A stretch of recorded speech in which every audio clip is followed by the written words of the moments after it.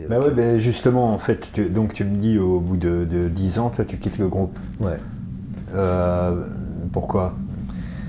Alors, On va peut-être pas rentrer dans les détails s'il y a non, encore des choses qui sont pas réglées, mais... je ne veux pas rentrer dans les détails, c'est juste que voilà, on fait un concert au Francofolie. On s'était donné une certaine conduite, tu comprends? Et donc on fait ce concert-là, et une discussion qui arrive comme ça entre nous, qui ne se passe pas forcément mal. Entre nous, c'était comme ça, quoi. On se disait les choses, et puis le lendemain, c'était tout. C'était parce qu'on était des frères à l'époque. Vraiment, on était des frères. Il pouvait se passer quoi que ce soit, il y en avait toujours un qui était là pour l'autre.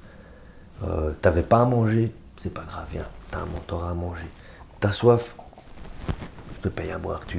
T'as besoin de ça, t'inquiète. Moi, j'ai de la thune, je fais peut-être le matos, je l'achète, et puis on verra. Enfin, ça aurait pu se passer comme ça. C'était vraiment, on était frères. Et donc la discussion se fait. Le lendemain, la personne avec qui j'avais eu de petits soucis me dit « Tout compte fait, t'as raison ». En gros, ce qui a fait que ça a un petit peu accroché, c'est qu'à un moment donné, j'ai été radical, en fait. Greg nous dit « Moi, en janvier, je lance mon projet, qui était à Bulkane. Je vais bosser sur mon projet, donc j'aurai plus le temps. » À partir de janvier, on était au mois de juillet. Et moi, je dis en fait, le mot que j'ai utilisé n'était peut-être pas le bon. Mais Greg, lui, m'en a jamais voulu, tu vois, parce qu'il a compris ce que je voulais dire. Je lui ai dit, alors virons-le et chopons tout de suite un guitariste en septembre pour qu'on puisse, pendant la période de creux, travailler. Et là, bon, ça a été un petit peu, je pense que c'était un petit peu mal pris, enfin voilà. Donc le lendemain, il me dit, ouais, t'as raison.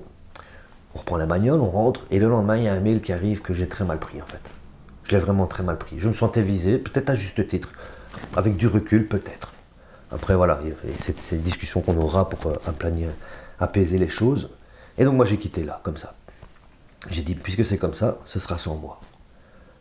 Et voilà, mais c'était musicalement les 10 années les plus intenses de ma vie, quoi. C'était tous les jours, tous les jours, tous les jours. On était ensemble tous les jours. On pensait musique tous les jours. On refaisait le monde tous les jours. On parlait de thèmes qu'on voulait utiliser dans nos chansons tous les jours. Et en fait, on parlait un petit peu de ce qu'on vivait tous les jours, quoi. Tu vois, et on voulait être rassembleur, surtout. On n'a peut-être pas utilisé la bonne méthode, j'en sais rien. Mais écoute, au moins, ça a été une belle aventure de 10 ans, quoi. Et encore, il y a un truc dont je n'ai pas parlé, c'est qu'on a fait la première partie de la phase, qui eux aussi avaient été produits par Manu Chao, encore une fois au culot. En fait, je dors la nuit. En fait, je vois que la phase joue au botanique. Je vois pas de première partie dans les trucs.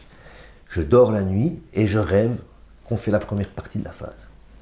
J'arrive au local le lendemain et je dis, les gars, j'ai rêvé qu'on faisait la première partie de la phase, ça tombe bien, ils viennent à Bruxelles, je trouve qu'on devrait tenter le coup. Et comme on avait déjà eu plusieurs fois les portes fermées, il y a ce truc qui fait que, ouais, bon, ça va, quoi.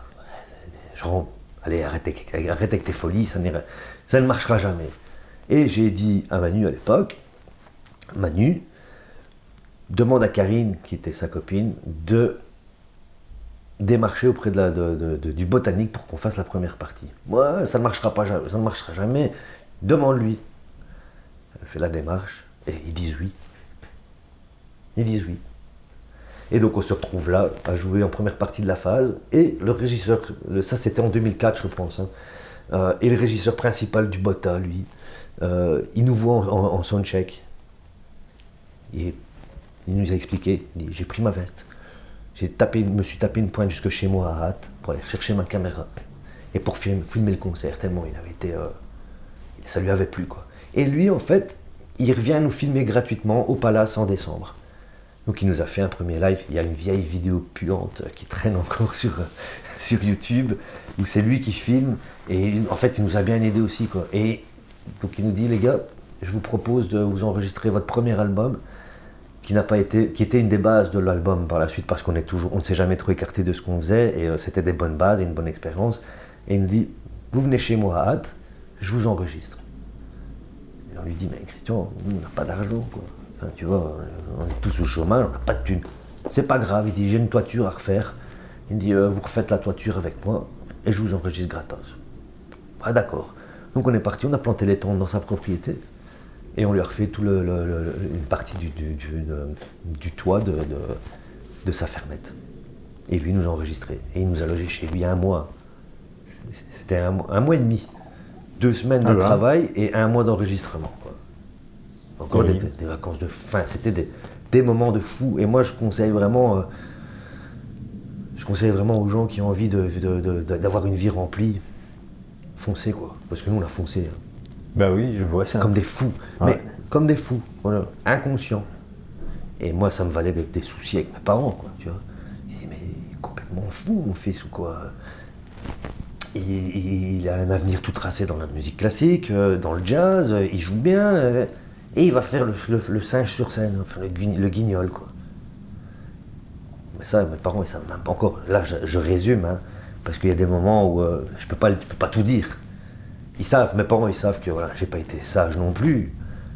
Mais voilà, je peux pas tout dire là, mais j'ai vécu 10 ans de ma vie extraordinaires. Enfin, vraiment, des rencontres de fous, hein, tu vois. Vraiment. Et je conseille vraiment à n'importe qui, n'importe quel jeune qui a des rêves. J'ai regardé hier une interview d'Alborosi, il lui dit moi je rêve pas. Il me dit je prends ce qui vient.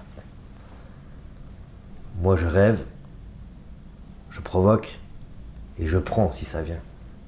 Et j'ai provoqué des choses, des rêves. Le rêve de jouer avec Manu Chao,